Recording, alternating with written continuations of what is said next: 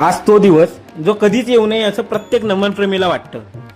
कारण हातातला टाळ आणि अंगातला रंग जड मनाने खाली ठेवावा असं कधीच कुणाला वाटत नसते.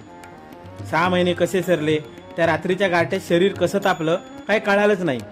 नमनाच्या या नादापुढे घरात राहून झोपावं असं पण कधी वाटलं नाही.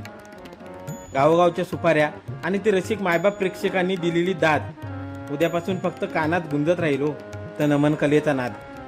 आठवणीत येतील त्या रात्रीच्या बैठका जिथे सुरासुरावरून युद्धाचा प्रसंग यायचा, पण मृदुंग वाजला की रागाचा पारा कसा क्षणात निवळायचा.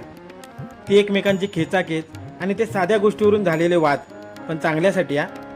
पुढच्या सीझनपर्यंत आता कुणालाच घालता नाही येणार साथ. अरे ही माणसं नव्हती, हे तर एक रक्ताचं नातं बनलं होतं.